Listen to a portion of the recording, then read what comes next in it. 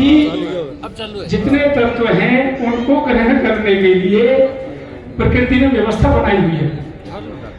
कुछ लोग हैं जो फंगस को बीमारी मानते हैं और फंगस एक बीमारी ही है। हाँ जी सर, फफूंद के बारे में कितने लोग जानते हैं?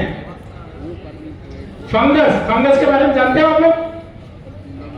आवाज नहीं आ रही कुछ। हाँ जी सर,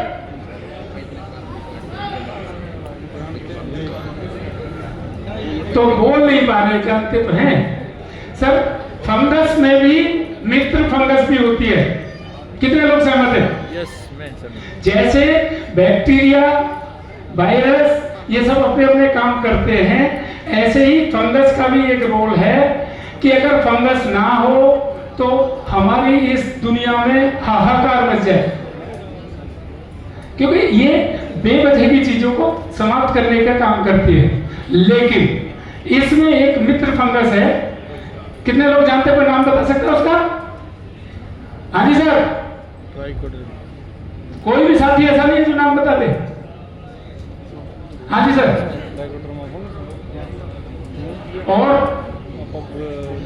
और बताइए सर। मित्र है जी नहीं, उन्होंने तो बता दिया, और बताओ भाई। मित्र फंगस एक फंगस होती है माइक्रोजमा। माइक्रोजमा के बारे में जानते हैं? जिसको माइक्रो राजा भी कहते हैं, अभ्रंश शब्द में माइक्रो राजा भी, माइक्रो राजा के नाम से जानते हैं कुछ लोग? कहीं YouTube पे किसी पे गलती से पढ़ लिया हो, इसका मतलब YouTube यूज नहीं करते लोग। हाँ जी सर, अब इसका कितना बड़ा उपयोग होता है। वर्मी कंपोस्ट में 1 एकड़ में अगर आप 5 केजी माइक्रोराजा को मिला देते हैं और खेत में डालते हैं, तो जो नाइट्रोजन के लिए आपको यूरिया लाना पड़ रहा था, वो यूरिया लाने की जरूरत नहीं है। कितने लोग सहमत हैं? मैं प्रूव करके बताऊं सर? प्रूवन करें इसको? जी सर, क्या कह रहे थे? हाँ जी, अच्छा करते हैं, चलो। छोटे भी करूंगा सर, तो आपकी तरफ से आदेश आ गया। अच्छा जी, लो टॉपिक छोटा हो गया कि नहीं, और छोटा कर देता हूं, और छोटा कर दो सर। सारी पूरी हुई। उस फंगस का 5 केजी का पैकेट 1 एकड़ में डालते हैं, वर्मी कंपोस्ट के साथ मिला के छिड़कना है ताकि उसकी रूट्स तक पहुंच जाए। और सर रूट पे पहुंचते ही फास्फोरस, सल्फर, जिंक और जो एडिशनल 5 कंटेंट हैं, यानी टोटल 8 कंटेंट जो जमीन में हैं, अपने आप मूवमेंट नहीं करते। जी सर, जो कंटेंट अपने आप मूवमेंट नहीं करते, विकास जी, वो कंटेंट ऐसे हैं जो पड़े हैं जमीन में लेकिन पौधे की जड़ तक पहुंच नहीं सकते। उसको पहुंचाने का काम ये फंगस करता है। ये फंगस उसको उसके साथ मिलके एक्टिवेट करके और पौधे की जड़ों तक पहुंचा देता है।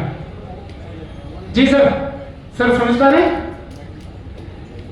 वर्मी कंपोस्ट के साथ उसको मिलाओ, छिड़क दो, उसके साथ वो अपना काम शुरू कर देता है। पौधे के लिए जो पोषक तत्वों की जरूरत थी, जिन्हें हम बाहर से डाल रहे थे, जमीन में ऑटोमेटिकली हैं, वो फंगस के साथ उसके साथ मिलके और पौधे की रूट तक पहुंचा देते हैं। ठीक है सर। दूसरी बात,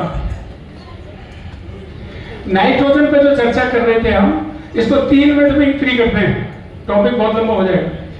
सर 78% नाइट्रोजन वातावरण में है।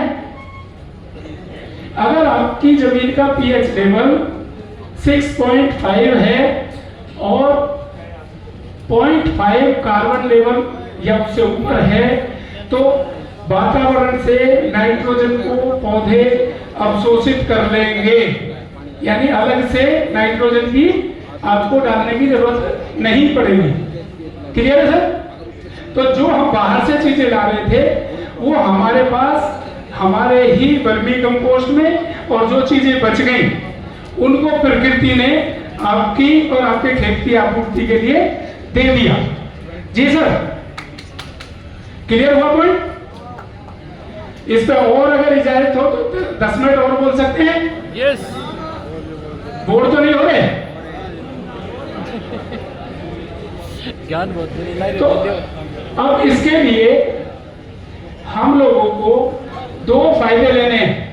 हाँ जी सर, जब जैविक खाद आपके खेत में डल रहा है, रासायनिक खाद आपने बंद कर दिया है, तो आपको 2 फायदे हुए।